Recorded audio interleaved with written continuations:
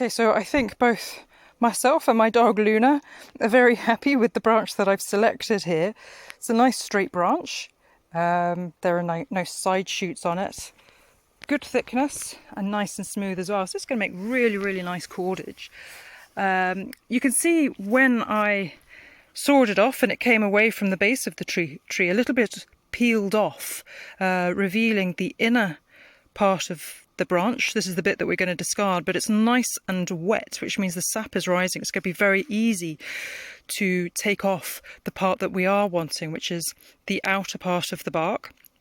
The first thing I'm going to do though is I'm going to, with the back of the knife, just scrape off all of this brown outer bark.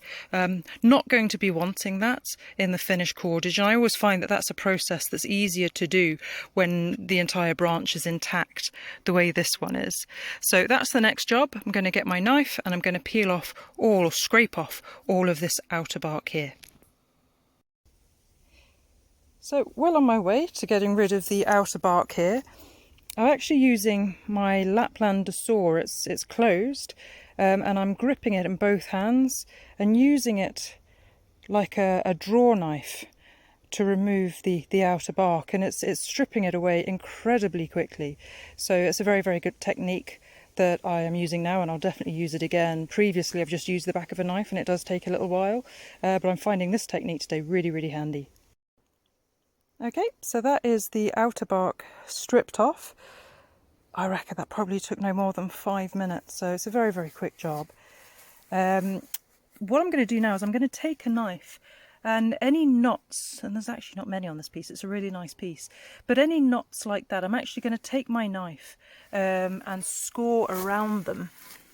So I'm going to take my knife and I'm just going to cut around here, just outside of the knot, so that when I try and strip the outer bark off, hopefully it will keep this section behind, and it will just create a long strip with a hole in it, if that makes sense. The longer the strips are, when you're peeling them off, the better cordage you're going to have, because there'll need to be less joins in it.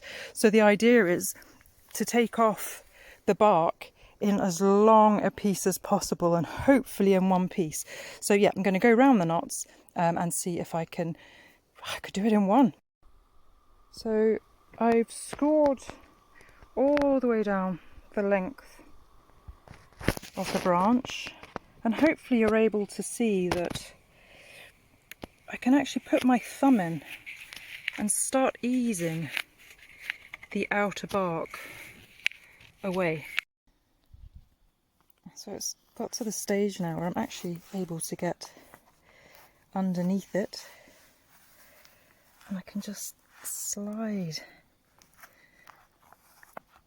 my hand down.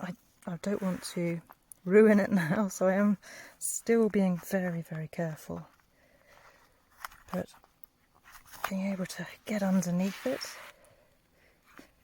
just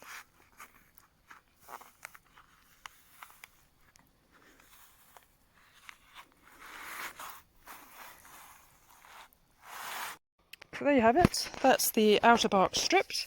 The sap is rising.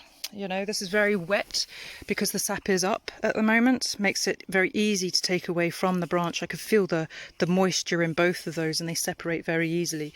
This is a job that you do in the late spring, summer. You can't do it in the winter because you do need that sap. What I'm going to do now is I'm going to take this bark hoe, and I'm going to create long, narrow strips. That's going to make for very strong cordage, the fact that I've got this in one nice long length. Nice narrow strips to process later on. So there we have it, that's that stage done.